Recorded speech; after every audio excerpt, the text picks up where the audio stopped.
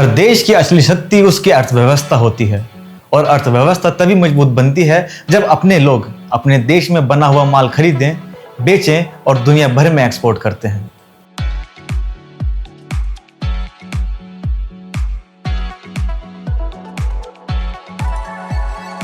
सोचो, अगर हर छोटी चीज, मोबाइल से लेकर मशीन तक, कपड़ों से लेकर कार तक, सब कुछ भारत में ही बने तो देश को कितनी बड़ी ताकत मिलेगी। यही सपना था एक आत्मनिर्भर भारत का, एक ऐसा भारत जहां रोजगार भी यहीं बने, टेक्नोलॉजी भी यहीं डेवलप हो और दुनिया भी ये कहे कि made in India is the best in the world. इसी सपने को एक मिशन में बदलने के लिए 2014 में एक मूवमेंट शुरू हुआ, मेक इन इंडिया। 25 सितंबर को दिल्ली के विज्ञान भवन से एक विजन की गूंज पूरे देश भर में फैल गई और इसको सिंबल बनाया गया एक शेर का, जो गियर से बना था, जो भारत की शक्ति, प्रगति और इनोवेशन का प्रतीक था। लेकिन सवाल उठता है, आखिर जरूरत क्या थी मेक इन इंडिया की? उस समय भारत एक सर्विस ड्रिवन इकोनॉमी बन चुका था। आईटी सेक्टर्स, आउटसोर्सिंग और सर्विस में तो हम आगे थे, लेकिन मैन्युफैक्चरिंग के मामले में हम दुनिया के बहुत पीछे रह गए थे। चाइना जैसा देश दुनिया की फैक्ट्री बन गए थे, जहां से हर छोटी बड़ी चीज एक्सपोर्ट होती थी। भारत में मैन्युफैक्चरिंग सेक्टर जीडीपी का सिर्फ 15 से 16% हिस्सा देता था और रोजगार की कमी बढ़ रही थी। यूथ के पास जॉब कम थी और ग्लोबल इन्वेस्टर्स इंडिया को एक कॉम्प्लेक्स, स्लो और रेड टेपिज्म वाली इकोनॉमी समझते थे। इसी बैकग्राउंड में गवर्नमेंट ने एक विजन रखा, भारत को एक मैन्युफैक्चरिंग पावर हाउस बनाना और दुनिया को दिखा देना कि इंडिया सिर्फ एक बड़ा मार्केट नहीं बल्कि एक ग्लोबल प्रोडक्शन सेंटर भी है। मेक इन इंडिया कैंपेन के 3 मेन लक्ष्य रखे गए।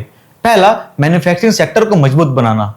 दूसरा, रोजगार और स्किल डेवलपमेंट में नए मौके देना। और तीसरा, ग्लोबल इन्वेस्टर्स को अट्रैक्ट करना और उनके लिए एक फ्रेंडली एनवायरनमेंट क्रिएट करना। इसके लिए 25 सेक्टर्स को फोकस एरिया बनाया गया, जिसमें automobile, aviation, chemical, construction, defence, manufacturing, railway और भी अलग अलग तरह के सेक्टर शामिल थे। अब आते हैं इसके इंपैक्ट्स पर। पिछले कुछ सालों में मेक इन इंडिया ने भारत के उद्योग और इकोनॉमी को एक नई दिशा दी है। सबसे बड़ा इंपैक्ट हुआ है मोबाइल मैन्युफैक्चरिंग सेक्टर में। 2014 में भारत में सिर्फ 2 मोबाइल मैन्युफैक्चरिंग यूनिट थी, लेकिन आज भारत दुनिया का दूसरा बड़ा मोबाइल मैन्युफैक्चरर बन चुका है। एप्पल और सैमसंग जैसे ग्लोबल जायंट्स ने इंडिया में अपने प्लांट्स लगाए।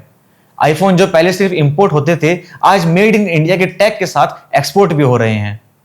ये एक ऐसा परिवर्तन है जो यूथ को जॉब देने के साथ साथ भारत की ग्लोबल इमेज भी बदल रहा है। दूसरा इंपैक्ट आया है फॉरेन डायरेक्ट इन्वेस्टमेंट, एफडीआई में। मेक इन इंडिया के बाद भारत ने अपनी एफडीआई पॉलिसीज को लिबरल बनाया। रिजल्ट ये हुआ, भारत दुनिया के टॉप 5 एफडीआई डेस्टिनेशन में शामिल हो गया।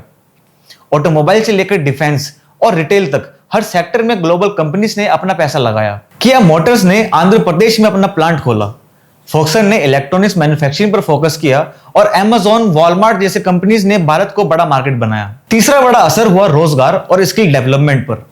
नए जॉब्स जनरेट हुए। स्किल इंडिया और डिजिटल इंडिया जैसे कैंपेन्स को मेड इन इंडिया के साथ डायरेक्टली लिंक किया गया, ताकि यूथ को नए स्किल्स मिले और वो नए इंडस्ट्रीज में काम कर सकें। चौथा इंपैक्ट हुआ डिफेंस सेक्टर में। भारत जो हमेशा अपने डिफेंस नीड के लिए इंपोर्ट पर डिपेंडेंट था, अब खुद अपने फाइटर जेट्स, वॉरशिप्स और राइफल बनाने लगा है। हिंदुस्तान एरोनॉटिक्स लिमिटेड और डीआरडीओ जैसे इंस्टीट्यूशन ने मेक इन इंडिया के सपोर्ट से अपने प्रोजेक्ट्स को आगे बढ़ाया। आज भारत सिर्फ एक इंपोर्टर नहीं बल्कि एक डिफेंस एक्सपोर्टर भी बन चुका है। पांचवा इंपैक्ट हुआ ease of doing business index पर। पहले इंडिया की इमेज एक कॉम्प्लिकेटेड और रेड टेपिज्म वाली इकोनॉमी की थी, लेकिन रिफॉर्म्स के बाद भारत ने अपने रूल्स को सिंप्लीफाई किया, अप्रूवल्स फास्ट किए और डिजिटलाइजेशन पर जोर दिया। इसका रिजल्ट क्या हुआ? इंडिया ने वर्ल्ड रैंकिंग में तेजी से जंप किया और आज वो टॉप इंप्रूविंग नेशन में आता है। इंफ्रास्ट्रक्चर डिपार्टमेंट में भी मेक इन इंडिया एक हिडन पिलर है।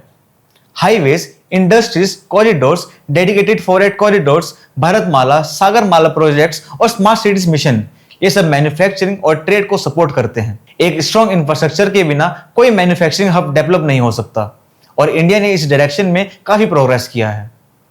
लेकिन जैसे हर पॉलिसी के अपने पॉजिटिव और नेगेटिव होते हैं, मेक इन इंडिया के भी कुछ चैलेंजेस हैं। रोजगार जितना एक्सपेक्टेड था उतना फास्ट नहीं क्रिएट हो पाया, क्योंकि ऑटोमेशन और आर्टिफिशियल इंटेलिजेंस ने मैनुअल जॉब्स को रिप्लेस करना शुरू कर दिया। एमएसएमई सेक्टर, जो भारत की बैकबोन में है, अभी भी कैपिटल और टेक्नोलॉजी के शॉर्टेज का सामना करते हैं और कुछ एरियाज में इंप्लीमेंटेशन ग्राउंड लेवल पर उतनी स्ट्रांग नहीं हुई जितनी पॉलिसीज पेपर पे थी।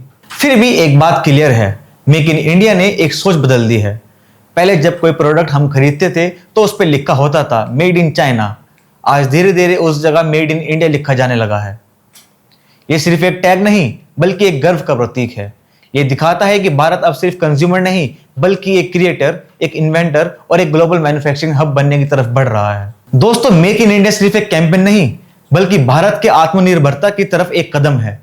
एक ऐसा कदम जो भारत की 21वीं सदी का इकोनॉमिक सुपर पावर बनने की तरफ ले जा रहा है, जहां हमारी इंडस्ट्री, हमारी शक्ति और हमारी सोच दुनिया के हर कोने तक पहुंच सके।